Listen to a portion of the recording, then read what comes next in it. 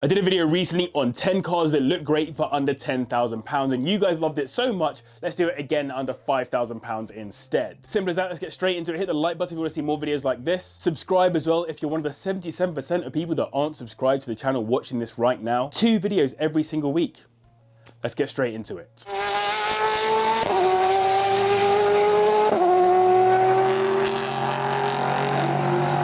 Let's kick this video off with possibly the best looking car on the list, at least in my opinion, the Alfa Romeo Brera, a beautiful coupe style hatchback designed by the legendary Giorgetto Giugiaro, who's been responsible for some of the most stunning designs of all time. These come with a 2.2 litre inline-4 engine that makes 182 brake horsepower, taking them to 60 in 8.3 seconds. And that's just with the JTS engine. You could also go for the JTDM or even the 3.2 litre V6, though it's worth mentioning that V6 isn't an Alfa Romeo Busso block. But even the name Brera is synonymous with beauty, as it's named after an area in Milan known for its art, of course making sense since Milan is where Alfa is from, hence the Milanese crest on their badge. But outside of it, these are beautiful looking cars that really stand out on the roads, even more so in Alfa Red. These start at around £2,000, and for £5,000 you'll get yourself a 2006 example with 80,000 miles on the clock. Owners on forums can't seem to agree if the 2.2 is reliable, but the steering rack offers the most consistent issue. Next up we have the incredibly rogue Peugeot RCZ, a car that started life as a concept car at the Frankfurt Auto Show in 2007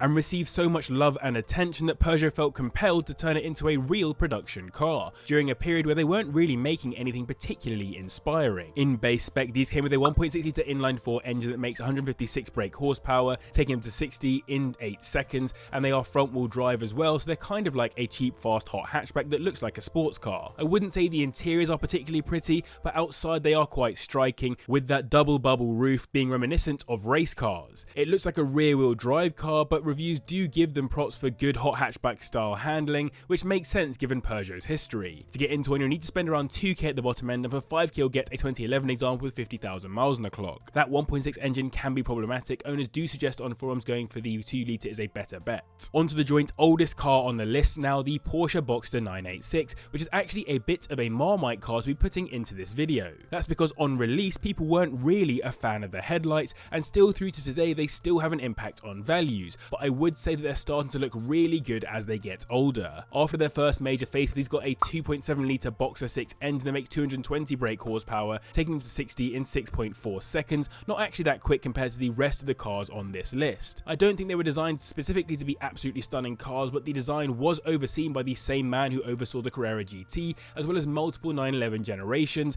and I reckon these are surefire future classics, or at least the best conditioned examples will be. These are listed anywhere from around £2,500, and 5k gets to a 2003 model with high mileage. Bore scoring and the bearing failures are known on these, though it is typically on the S model, so you might be okay in a non-S. Only a year newer than the Boxster is this, the Jaguar XK8, less focused on being a sports car and more on being a lovely cruising Grand Tourer. But the post-facelift examples from 2002 onwards with the larger engines are great looking in both coupe and convertible spec as an appreciating classic car. This facelift also brought about a 4.2 litre V8 engine that makes 300 brake horsepower, taking them to 60 in 6.1 seconds. The XK8 was the successor to the XJS mentioned in the previous video, and so is another ancestor to the F-Type, maybe not quite as exotic in its era, but still great looking. It actually makes me wonder, as F-Type prices continue to fall, will we see sub 10k F-Types at some point, given the XK8 and following generation XK have both made the sub 10k mark? Only time will tell. The interiors on these are super cool, proper old school regal British aesthetics, certainly not modern looking, but a time capsule for sure. They'll run you around 1.5k at the bottom end, and 5k will get you a 2003 model with 90,000 miles on the clock. Ball wear, timing chains, and gearbox failures are the issues I could find on forums though. Just missing out on the top 5, we have the 2nd generation Renault Megane Renault Sports, based on the 3rd generation Megane. Where the 1st gen RS split opinions with its sizable posterior, the 2nd gen set the path for the coming Megane RS generations with a lovely aggressive coupe style hot hatch vibe. And with a very typical hot hatchback engine, a 2 litre turbocharged inline-4 that makes 261 brake horsepower, taking them to 60 in 5.8 seconds, and of course they are front wheel drive. It's not just great looking, it's absolutely focused on performance with serious features like the Brembo brakes, actually operable splitter and diffuser,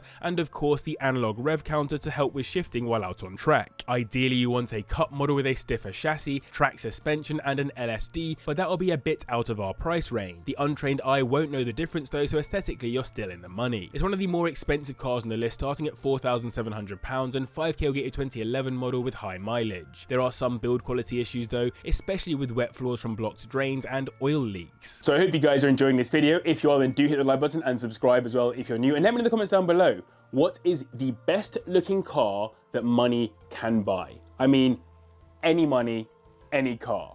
Let me know your thoughts. Another hot hatch kicking off the top 5 now, the Vauxhall Astra VXR, based on the Astra GTC, which doesn't get the appreciation of the previous generation VXR. I do think it looks a lot more appealing though, with its smoother lines and beefy overall vibes. This is a real competitor to the Megane RS, with its 2-litre turbocharged inline-4 engine that makes 276 brake horsepower, taking it to 60 in 5.8 seconds. It's known as the OPC in the European market, and regardless, it comes with a mechanical LSD, active suspension, Recaro bucket seats, and of course the more aggressive exterior stylings. In fact, it's probably better equipped all in than the Megane. Just watch out for the brake, gearbox and clutch issues that some owners seem to have faced. To get into one, you need to spend £5,000 at the bottom end, making it the most expensive car on the list, and that will get you a 2012 model with 90,000 miles on the clock. We mentioned the Nissan 370Z in the previous video talking about sub 10k cars. It's only fair we include the 350Z in the sub 5k video, given it set the standard for the following two Z generations, so you have to put some respect on its name. These come with a lovely sounding 3.5 litre V6 engine that makes 276 brake horsepower, taking them to 60 in 5.7 seconds, though there are more powerful examples if you get newer models. The design of this car was heavily inspired by the stunning 240Z,